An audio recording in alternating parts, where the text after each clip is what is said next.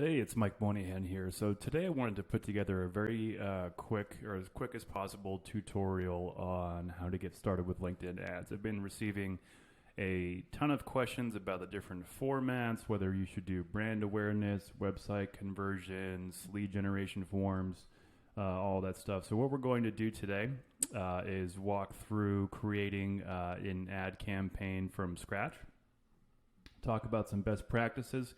But first, make sure as you check out this video that if you're interested in learning more, we try and share as much value as possible. Make sure you hit the subscribe button below. And then also below the link, below this video, we're going to have some links to some other helpful resources to help you get started with LinkedIn ads. But first off, why LinkedIn ads in the first place? So LinkedIn is really cracking down on the number of connection requests that you can send out using automation tools. Those days are over. I'm just going to tell you flat out. So it's still working for some accounts, and we're actually still running it for some accounts. But what we're doing is we're phasing out, and we're not trying to fight LinkedIn by gaming the system, and we're trying to work with LinkedIn and get as low of a cost per acquisition as possible using LinkedIn ads and building a proper foundation for the long term. But before we get started, this could be a 10-hour tutorial, but what I want to do is I want to just make some basic assumptions, okay? So first off, that you have your LinkedIn ads account that has been created. Your LinkedIn ads pixel or insight tag is what LinkedIn calls it. Facebook calls it pixel, is installed on your website. It's functioning properly. You have a LinkedIn company page. You have a credit card on file set up. You have some type of valuable asset, and this I can't emphasize enough how critical this is to understand who your target audience is and the type of content that they're actually looking for when they're on LinkedIn. There's no better social platform for B2B, as you probably know by now, than LinkedIn, and the folks that are there are decision makers, and they're in a business mindset. It's not like we're trying to create a pattern interrupt in Facebook and stop them and get them to think about something else. They're actively seeking out solutions or looking for new content.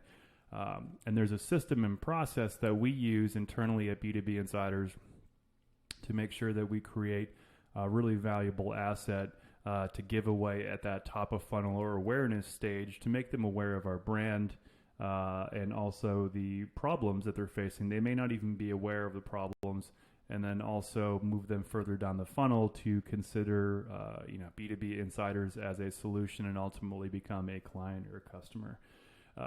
So with that valuable asset in place, we're going to talk about how to leverage this.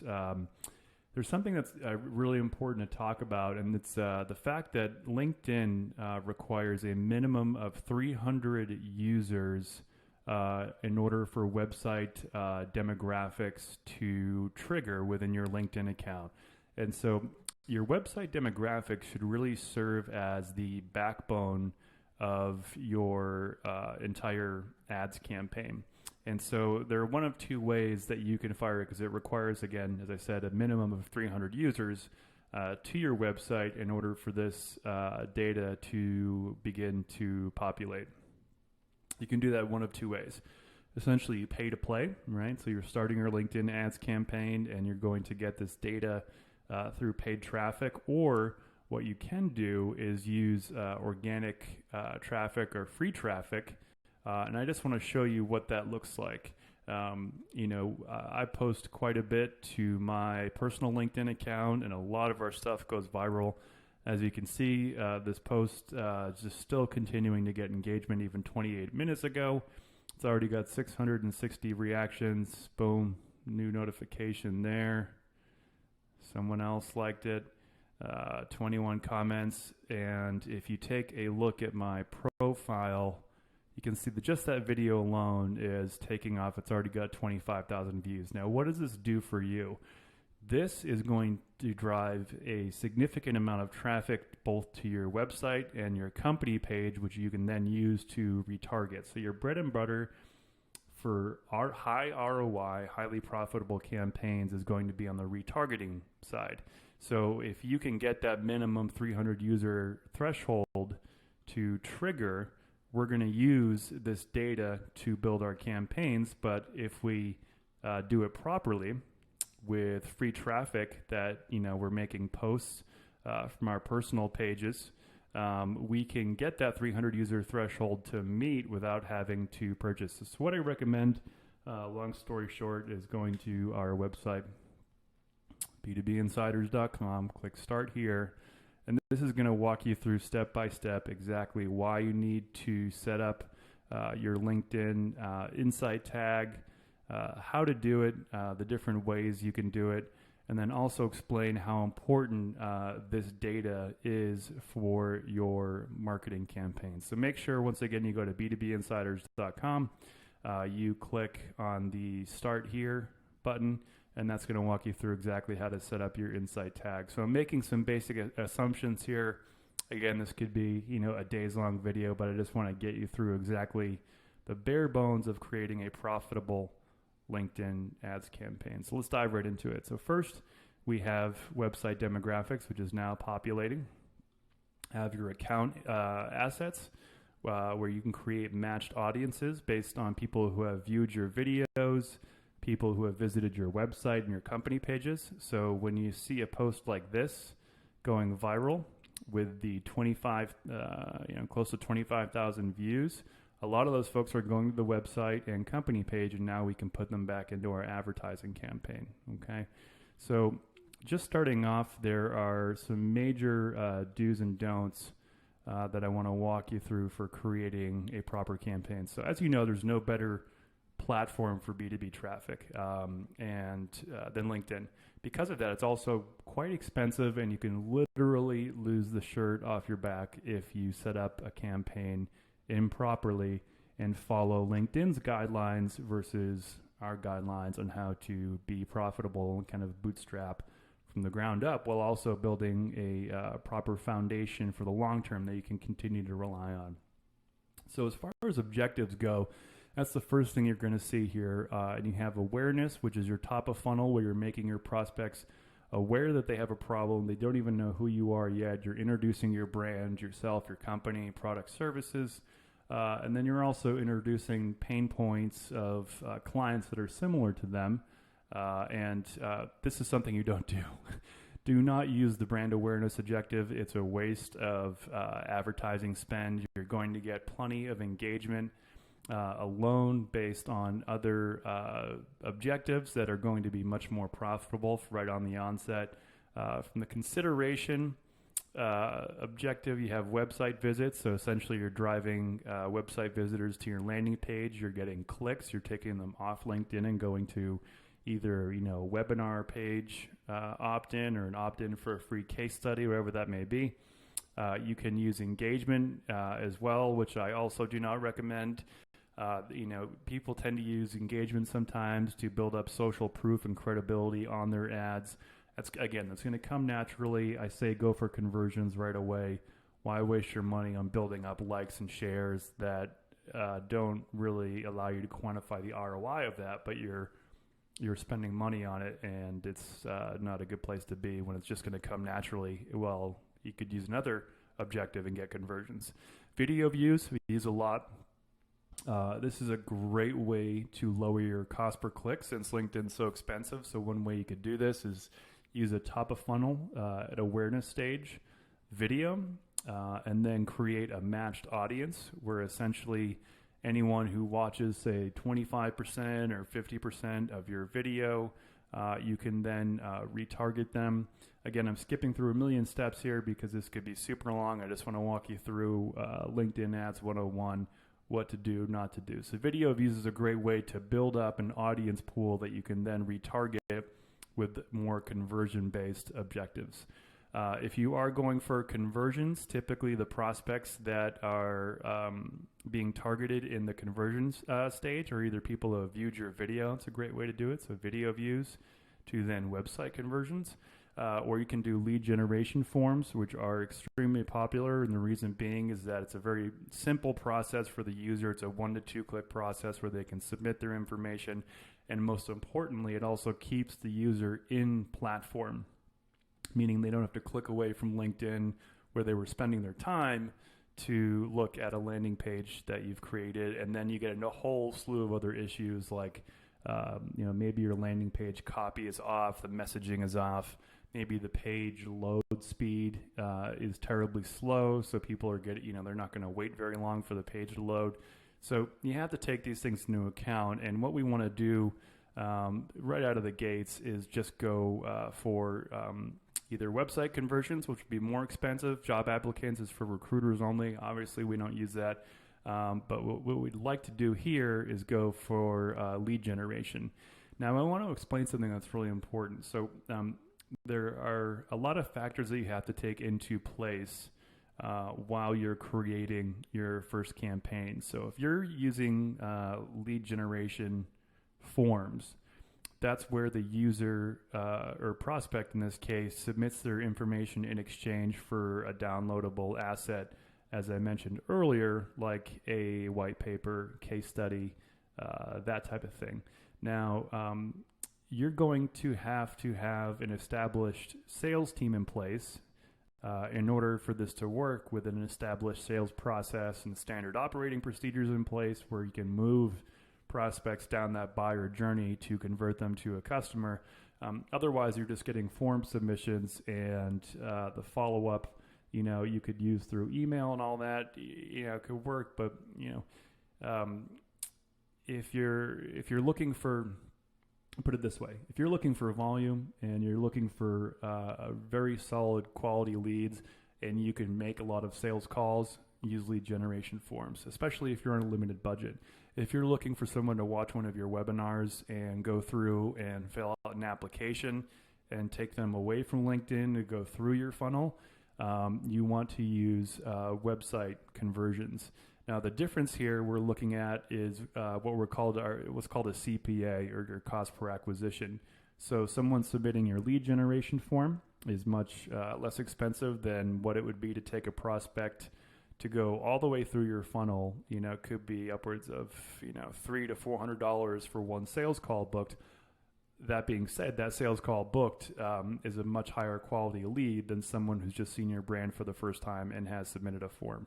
Now, the caveat here is that if you give away something of considerable value, and in this case, I want to show you an example of what that would look like. So if you give something away of considerable value, so we have this ebook that we give away in our case, which is a PDF guide. So it's got all of this information, the latest LinkedIn tips and tricks. What this does is essentially the most important thing to take away from the asset that you're creating here, number 5, is to absolutely pack it with as much value as possible. Put some thought into not only like what's happening in your industry now, but what are your target audience, what are executives considering or concerned about that's going to happen 1 to 3 years from now. So forward-thinking pieces also work very, very well. But for simplicity purposes, again, we're going to stick with lead generation forms, and I just want to show you some basic do's and don'ts. So let's dive right into that. So we're going to go for lead gen forms. Okay, so now what we are doing is we are starting with US only, just for some basic assumptions here. Again, when you do this right, you want to have audiences and retargeting. This should be your home. This is where all of the really profitable high ROI campaigns are going to come from, because these are folks that have already engaged with your content, your website, your assets, like your white paper case study in some way, shape, or form, and they're warmed up and they're ready to convert. So you can retarget everyone from your company page to someone who's opened your lead gen form, and as I mentioned earlier, someone who's either visited your website or has watched a percentage of your video. Now, when I mentioned on this quick checklist here, this 300 website visitor threshold, this is something that LinkedIn has in place. So you need a minimum of 300 LinkedIn users to your website to even trigger what LinkedIn calls website demographics. And so this is what website demographics look like after you've received those 300 visitors to your site. And this should be the absolute backbone of any of your advertising campaigns, because it tells you exactly who's visiting your site. You can break it down by job function, as you see here.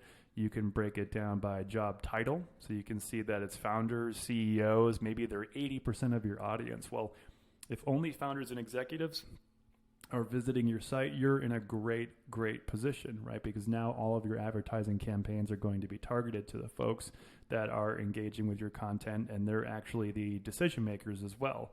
So there are two main ways to acquire those minimum 300 users, and this is critically important. So after you've installed your LinkedIn Insight tag, your Insight tag is now sending data to LinkedIn on the users that are visiting your site. Now you need 300. You can do it in one of two ways. The first one is essentially a pay-to-play scenario where you're buying traffic. Maybe you just buy website visits and send a bunch of people to a landing page to trigger your website demographics. And what you're gonna do is you're gonna click here in your campaign manager to get this kind of data, and this will populate after it's 300. So one is paid advertising. The second is a little bit of a growth hacking trick where you can use free traffic through your personal profile page, deliver relevant, high-value content that doesn't cost you anything. And what's going to happen is if you deliver valuable content, more people are going to engage with it.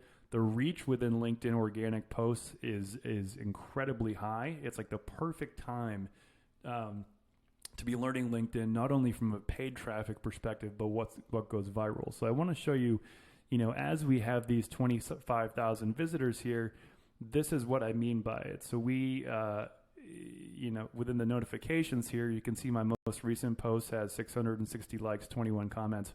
And it has close to 25,000 views, and it just keeps going up and up. You can see that number continue to resetting. Now, what's happening is that a percentage of that traffic is going to our company page, where we can then retarget, right, based on company page visitors. Or you can also have a retargeting campaign set up for website visitors. So a great way to get that free or to get that minimum 300 user threshold, number 6 here, is by, continually posting valuable content in your feed. And this way it saves you the money from having to pay for ads. So you're getting all of this data for free if you do it right by posting from your personal page. The second option is with ads. I just want to be very clear about that. You can avoid how expensive LinkedIn is by being clever on your strategies for posting and getting the right content in front of the right people. Okay, so now I'm going to assume that we have a minimum of 300 website visitors. We have our website demographics in place. We know who we want to target.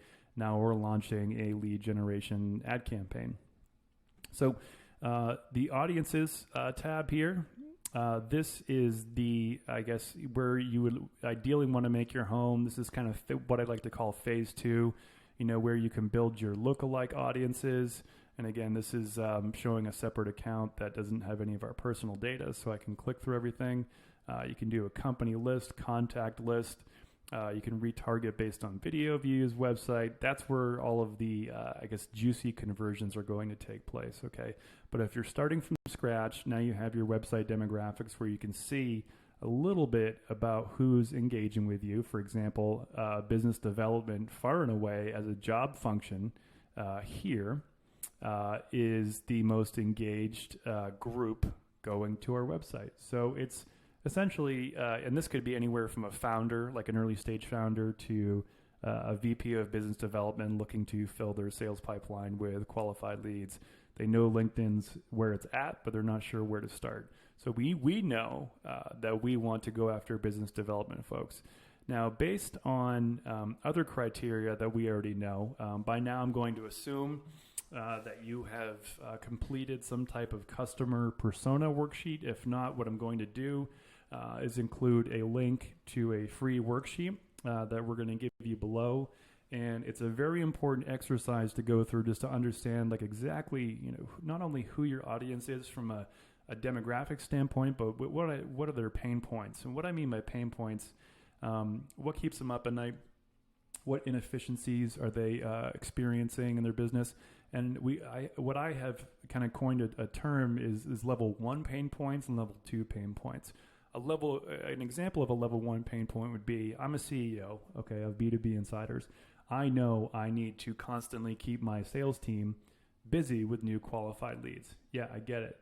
What's a level 2 pain point? Okay, so a level 2 pain point is, well, our cost per acquisition is becoming higher and higher, and we're getting less leads because we were leaning heavily on automation tools. Now LinkedIn's shutting down automation tools and banning accounts using them because it's essentially spam. Okay, well, it's great. There's a heyday. Now it's over. What do I do?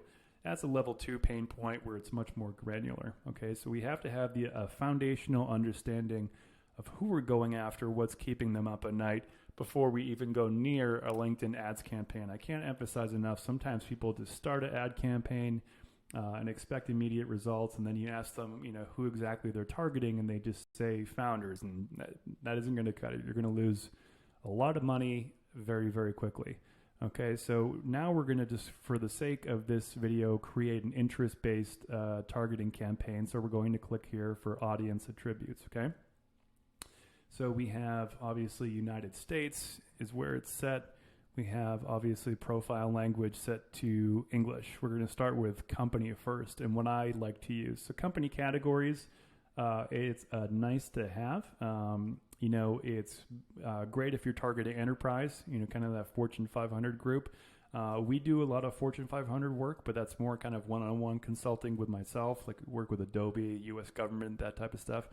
But our bread and butter is singles and doubles, okay? And so I want to show you how to get to those singles and doubles to just build a consistent revenue stream for your business while you focus on growth. Company connections. You have companies who are followers of B2B Insiders. They could be followers of any company, really. Company growth rate. So companies that have seen a certain percentage of growth, which is interesting. I actually, admittedly, have not tested this yet because our campaigns, I'll show you some proof in a second, are really profitable with what I'm about to show you. Company industries. This is where, after you've done your customer persona worksheet, what you want to do is you want to fill out your ideal industries that are most attracted to what you have to offer. So in our case, we'll just use an example and say, we do a lot of work with software startups and then, enterprise software as well. So we're going to check all this off. Okay, those are our industries. Now we're down to 9.5 million just with industries alone. And now we want to narrow the audience further. And this is what we call layer-based targeting. Okay, so our sweet spot here for the audience should be, anywhere from 200,000 to under 1 million, I found, is where a good audience size is, where you're giving LinkedIn's algorithm enough room to essentially go after and find out who is going to be converting for your offer. And it's not small enough. When you go under 2,000, it's a really small audience pool, and so it's just going to be much more expensive. And so if you don't know that real small audience pool is exactly who you want to go after, keep it to 200,000 to 1 million and just give them some room to find out, exactly who is going to be converting for your offer, whether it's, watching a webinar, downloading an ebook, whatever the case may be. So in this case, we're going to narrow the audience a little bit further because we're at 9.5 million. That's too big. So what we are going to do is go to demographics, which I am a fan of. So we check off this box saying we're not going to discriminate based on age. And we'll just say 25 to 34, 35 to 54, and we'll keep it at that. So now we're at 7.8 million, okay? And we're also going to go by gender. A lot of our customers, I'd say the majority of them, are male. So we're going to check off the male box. So now we are getting to 8.8. And the reason is I just made this mistake, and this is really, really important. And it's a subtle thing that a lot of people screw up. We want to make sure these and or rules are set up properly. So it should always be and. Otherwise, it's going to be computer network and security, who are also this, or they're just guys, they're just men. Okay, so we want to click on that. You can actually click on or and click and these selections, which in turn then drops our audience size down to 4.5, cuts it in half. Okay, now we're getting somewhere. Now we want to go back to audience attributes. There are a couple of different ways you can go about narrowing this further. Education is a great one, job experience, functions. So as I showed you earlier in our website demographics, business development by far is the group that's engaging with us most. So I could go this way and check this off and say just business development, which gets us down to 4.9, and make sure it's and, not or, which automatically does or. Now we're in a sweet spot right now. We have job functions, business development. We have men 25 to 54 in software.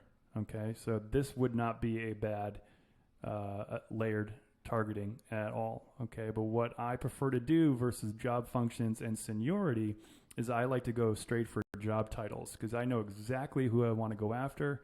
I don't want anyone else.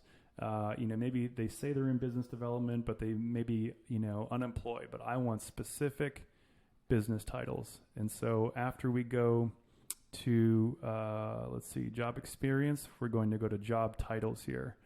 And we'll just say we want founders, co-founders, and where does that take us? To 110,000, okay?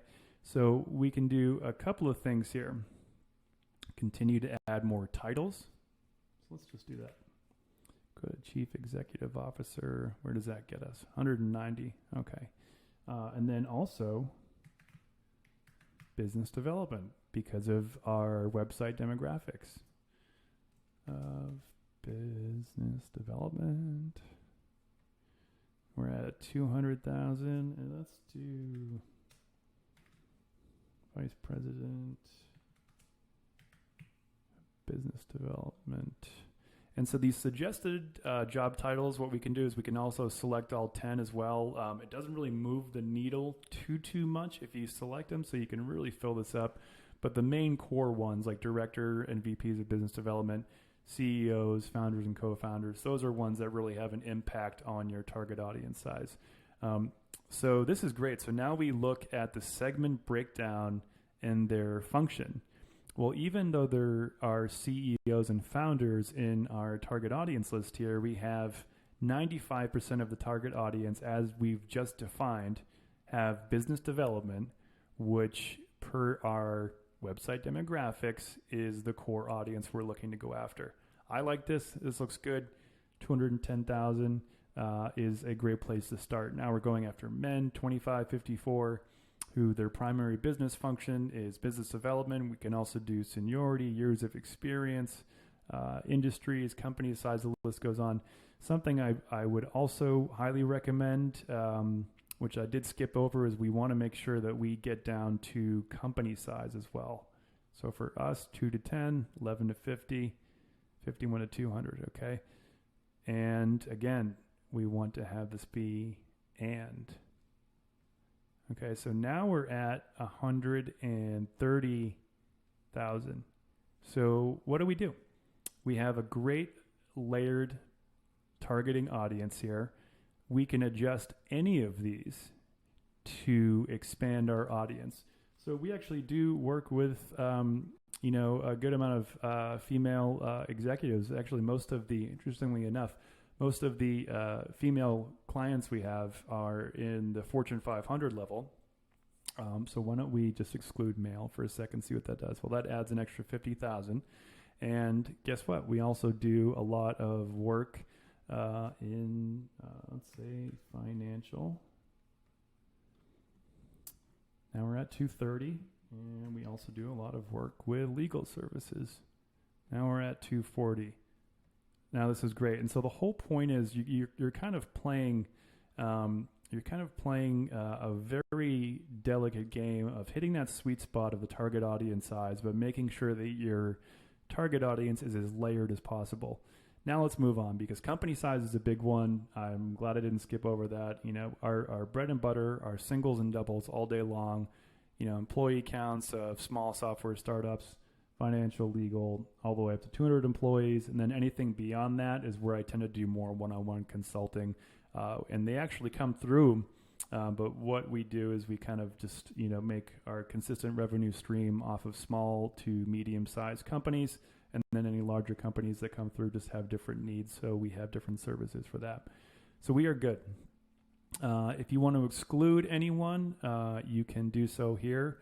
We actually do this a lot. So let's just say I want to exclude everyone who has, submitted an application for one of our old campaigns.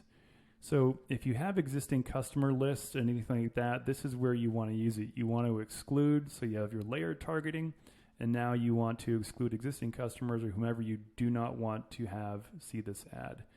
Exclusions are critical.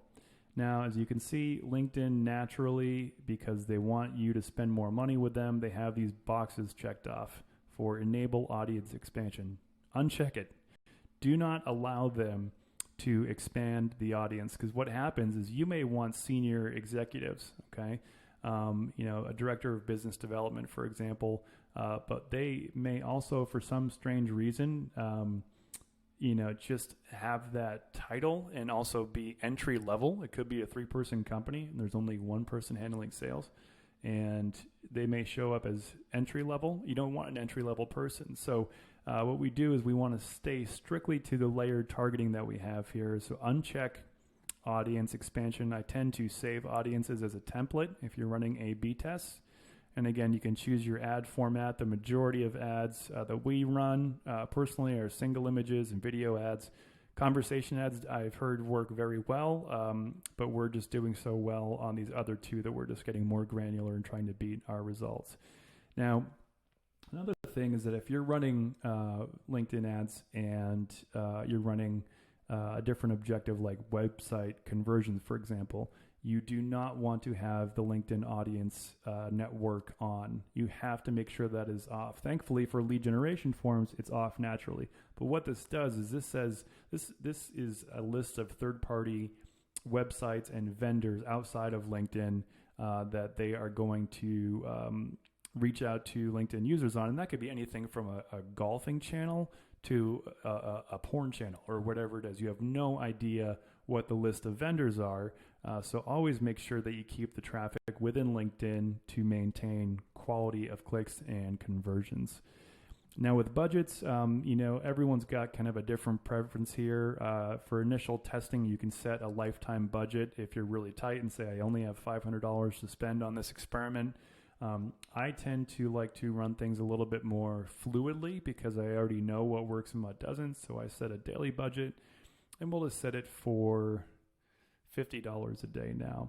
And you can set a start and end date if you just want to test. But I hate to have campaigns that are doing well shut off at a hard date. I would just rather have myself or someone else in my team monitor the campaign to make sure that things are running properly, and then turn it off manually. I like more control over what's going on. So now we have a daily budget of $50. We have the campaign running continuously, as I just mentioned.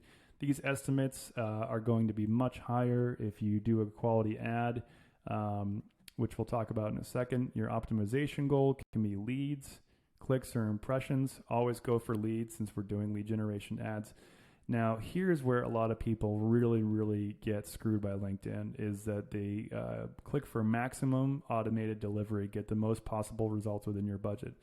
What this could mean is that LinkedIn is going to send this ad to auction, and then they could charge you as much as $15 to $20 just for a single click, which is, if your budget's only $50 a day, you're getting 2 clicks, you're done. It's over with.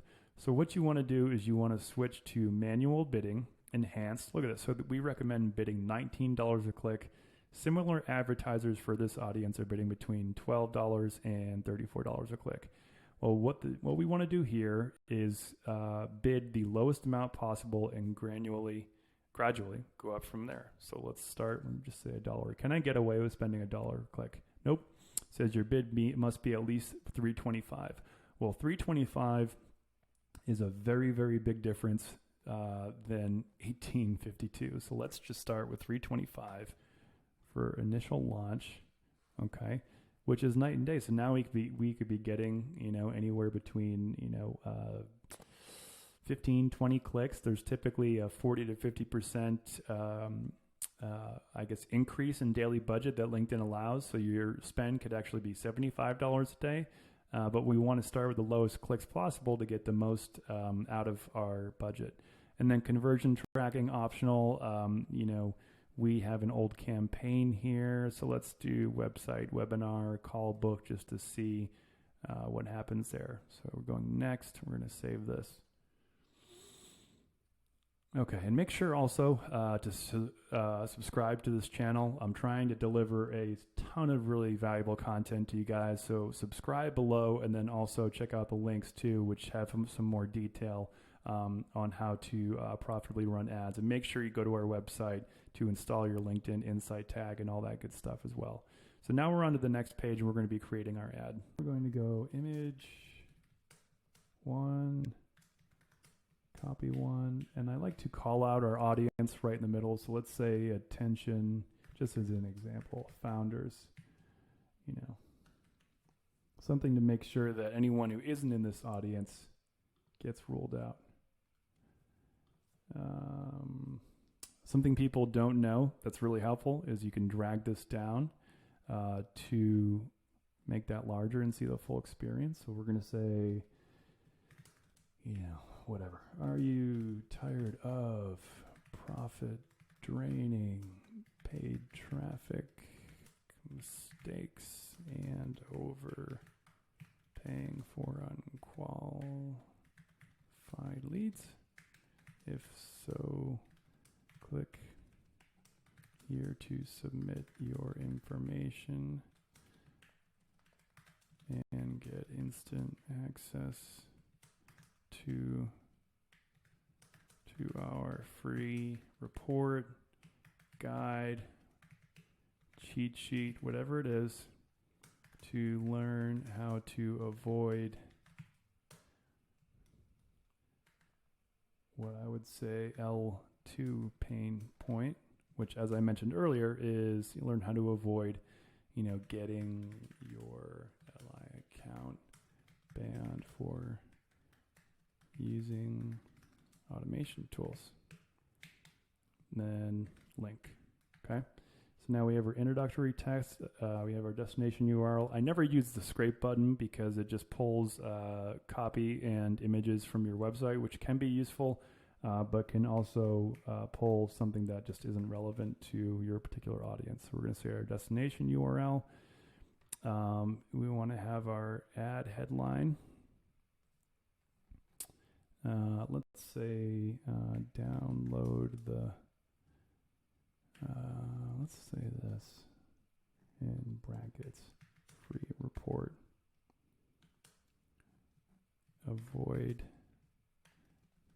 3 tips to avoid making profit draining LinkedIn ad mistakes. And keep that short. Description I usually leave blank, and then we'll just choose an image here just for the sake of showing you how to do this. Images. That's a weird image of me, but we were using that for Facebook, which is a different animal. So let's say we're just going to use that.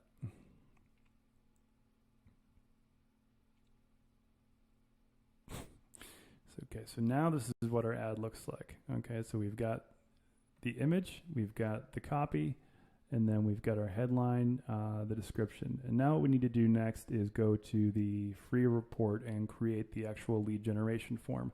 So when they click the learn more or the call to action, this is what they're going to see. And you can have download, learn more. I either use download or learn more, and then form. We have a bunch of different forms that we've tried, but we can create a new one just for showing you. Want to make sure you name it for whatever you're giving away. So let's say sheet 1, copy 1. Whatever works for you as far as understanding how to identify what form you are A/B testing. And then in your offer headline, you want to have it match whatever your call to action was on the ad. So what do we say here? Get instant access to our free cheat sheet, which is what we say up here. In this way, there's synergy between the copy in the ad and then the copy to the offer here. So let's see, get instant access to the LI ads cheat sheet. Submit your information for instant access to the report and get valuable insights on how to scale your business to the next level. I'm going to skip this part, privacy policy URL, and then your text, you just, say by submitting your information, blah, blah, blah, that you agree to have someone reach out to. Now, this is where it gets interesting, right? So we're starting out, you have your first name, last name, and email address. This could really be all your needs. So the less input fields you ask of your prospect, the lower your cost per acquisition is going to be, because they don't have to fill out as much information. But what I like to do is always go for a phone number again. And this way you have not only a way to reach out to them with an automated email sequence, maybe you do it manually. I honestly prefer putting in a little bit more hard work and doing some old school stuff, like actually just sending a real email that's not an automated marketing message that has an unsubscribe footer. No one likes those, I don't like them. I want someone to reach out to me and see there's an actual business development rep. Builds trust, credibility right off the bat. You can ask custom questions, a custom checkbox, for example, saying, yes, I'm interested in being contacted right away. Anything like that. And then we're going to go to our confirmation message. So after they've submitted their information, it's going to say information has been sent to B2B Insiders. You want to thank them. Mission, if you create some sense of urgency due to high call volume, spaces are limited. If you would like to speak with a member of our team, please call, 555. Okay. And the landing page URL is optionally where they're going to click to either get the report. But ideally what should happen is that once they submit their information, you should have some marketing automation set up that sends them an email with the report. And then the landing page can have maybe a little bit of a harder ask, because now they're clicking not only to submit their information, but they're clicking again to visit the company website or whatever the call to action is. It could be learn more, download now, whatever it is. And so what we are going to do is create this ad. Let's see. Make sure we've included HTTPS. Here we go.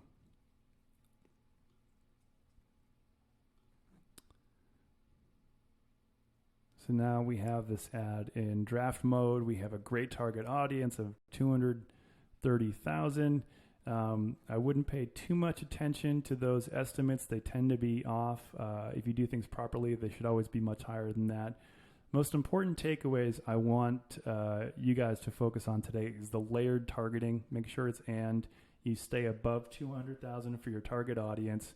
And ideally you want to be working on retargeting audiences like website and video views, and having this targeting all be based on your website demographics, which you click right here in your campaign manager. But in order for this to get populated, what I highly recommend is getting smart and doing organic posts of posts that are going to show up. And look at this one's just going viral. It's feeding my LinkedIn Insight tag. So my ads are getting smarter because I'm getting free traffic that's going to my company page because people are getting curious. They're going to our website because they're getting curious. If you have a larger budget, of course, you can pay to play and get those website demographics firing immediately, but you're going to have to pay to do so. So there are a ton more details on our website. You just go to b2binsiders.com. You click start here, and it's going to walk you through exactly how to set everything up, and then also how to generate more free traffic to avoid having to buy your way into getting the audience insights of those website demographics.